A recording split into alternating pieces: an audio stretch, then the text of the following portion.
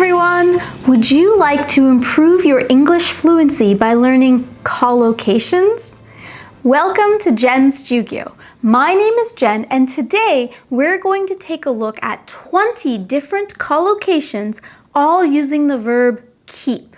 I hope you'll be able to keep all this information in mind. Before we begin, let's review what a collocation is. A collocation is a set of words in English that come together to create a specific meaning. However, if you change or replace any of the words in the set, it will sound strange to native speakers. So if you want to sound like a native speaker and make your English more fluent and natural, it's good to learn collocations or word pairs in these specific chunks, in these specific sets to make your English more natural. Let's start with today's first collocation, which is keep calm. I'm sure you've seen the keep calm and carry on. Keep calm means to remain relaxed. Don't get stressed out. Don't show your emotions or get overly emotional. During an emergency, it is very important to keep calm. Collocation number 2 is to keep in touch. And we keep in touch with someone. What this means is to remain in contact with someone. Continue to reach out and communicate with that person. When I moved to Japan, I made sure to keep in touch with my friends and family back in Canada. Collocation number 3 is to keep a secret. Shh. Keep a secret means that you are allowing something to remain confidential. You are letting that thing stay hidden. My coworker told me she's having an affair with the boss, but I need to keep it a secret. I promised I wouldn't tell anyone. Collocation number 4 is to keep something to yourself. Keep something to yourself. What this means is that you have some secret or some information, some knowledge, or some feelings that you will not share with anyone. So to keep something to yourself means you don't tell anybody. If I'm having a really terrible day and I just want to complain to someone, my coworkers probably don't care and don't want to listen to me complain, so I will keep it to myself. If you don't have something nice to say, don't say anything at all. Keep your criticism to yourself. Collocation number 5 is to keep your place. And this collocation is usually used in 2 different situations. The first way this collocation can be used is with books. So if I am reading this book, and I need to stop to go to the bathroom or to do something, I don't want to forget where I am reading. So I need to keep my place. I will get a bookmark and put the bookmark in the book so I can keep my place. Easily find and go back to the spot where I was. The second way we use this collocation is if you are standing in a line. While you are standing in that line waiting, maybe something happens and you need to leave the line temporarily and then come back to the line. So you might use the collocation and ask someone, sorry, could you please keep my place for me? I'll be right back. So keep your place. Mark your spot in such a way that you are able to return to it easily. And again, we usually use this just with waiting in line or with books. Collocation number 6 is to keep a promise.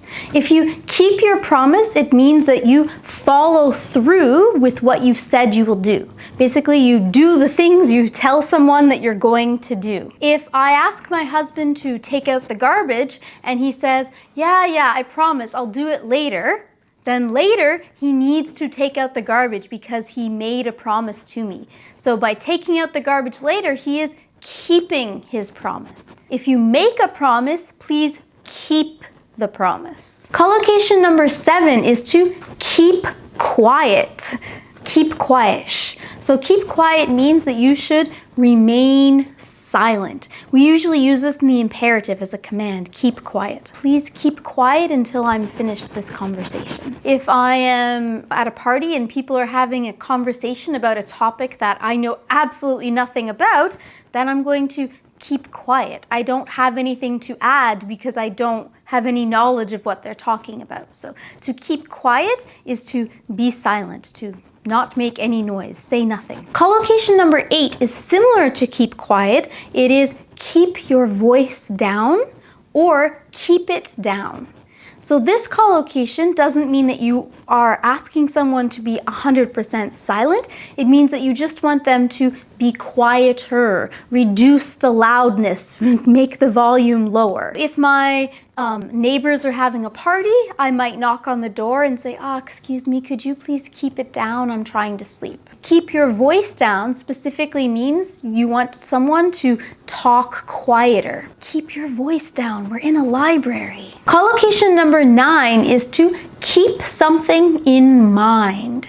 So if you keep something in mind, it means that you remember it or you're able to recall this information. If I'm having a dinner party and I invite many of my friends, I need to keep in mind that I have several friends who are vegetarians and also some who are vegans. So I need to keep that information in mind while I'm preparing the food. Collocation number 10 is keep your distance. So keep your distance means to stay away from someone or something. If there's someone in my office place who is always gossiping and saying mean and rude things to other people, I want to keep my distance from them because I don't want to get involved with their negativity. I will keep my distance, try and avoid them. Collocation number 11 is keep up the good work. If someone tells you to keep up the good work, it means that you have done an excellent job of something. Your performance or the way you've done your job has been great, and they want you to continue doing the same thing. So keep up the good work. Continue your good efforts. Continue doing what it is that you've done. Sometimes instead of keep up the good work, people might also just say, keep it up. Keep up the good work with your English studies.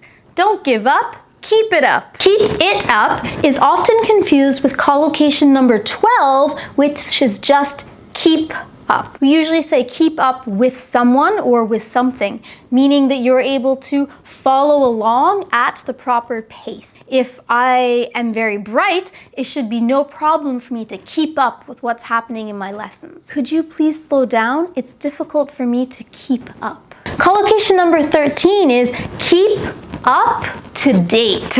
So keep up to date with usually the news. I like to watch the news to find out what's happening in the world because I like to keep up to date on world issues. So this means I want to learn about new information as much as possible to see what's going on in my community and what's happening in the world. I want the new information, so I want to keep up to date. Collocation number 14 is to keep track of someone or something. Usually though, we use this with to keep track of something, meaning to make sure you know where something is or what is happening with something. It is important that I keep track of my spending habits so that I don't overspend and spend too much money. So I need to keep track of where my money is going. Collocation number 15, 2 collocations together, one that is formal and one that is casual.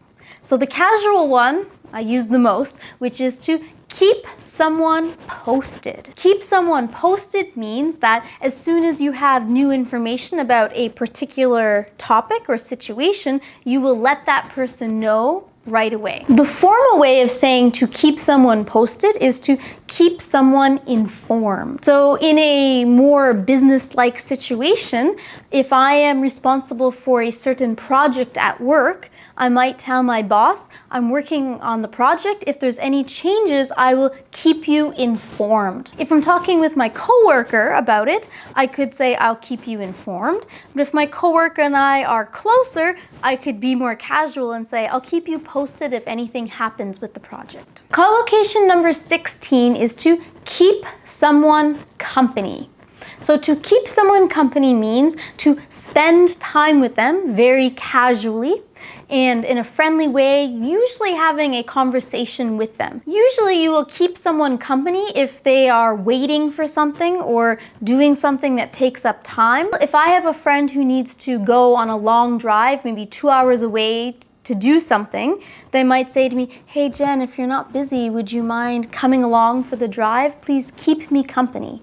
So I will go with them to drive to the place they need to go and come back, just to keep them company, to spend time together chatting in the car while they have to do this thing. Collocation number 17 is to keep a journal or keep a diary. Basically what this means is that you are keeping a written, detailed account about maybe what happens in your daily life or anything special that happens to you. You are regularly writing and recording your experiences. When I was a university student, I kept a journal. This is the journal/diary that I kept in university.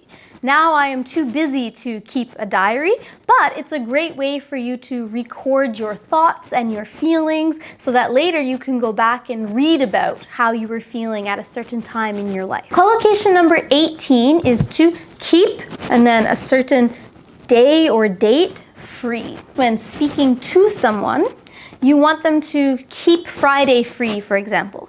It means that you don't want them to make any plans on Friday. You want them to avoid scheduling anything and avoid being busy so that day is available for you. Before my husband and I got married, we told people to keep our wedding date open. Collocation number 19 is to keep score. This collocation is used when there's some kind of a competition. To keep score means that you are keeping track, paying attention to who gets points when, and writing down how many points each person or each team has. I like to go bowling, and when I was a child, we didn't have the electronic computers that would keep score for us. So we had to keep score ourselves with a pen and paper. Collocation number 20 is to keep the change. When we use the collocation keep the change, it means that the money that we're giving to someone should cover our expenses, and whatever money is left over, the change that we should receive, you want the other person to keep as a tip. If I buy a $2.50 coffee and I pay with $3, I could tell the barista, keep the change, so they get a 50-cent tip. If you'd like to learn more collocations about money, specifically those connected to the verb pay, you can check out a video I made about that over here. So today, you learned over 20 different collocations, all using the verb keep. Please keep calm when studying English and try and keep these collocations in mind to improve your fluency. And now it's time for question of the day. Today's question is, what is something that you have been keeping to yourself that you'd actually like to share with others? Let me know in the comments below. Thank you so much for watching this lesson. If you found it useful, please subscribe to Jen's Jyugyou so you can keep up to date on all my latest videos. Good luck with your English studies, everyone, and I'll see you in the next lesson.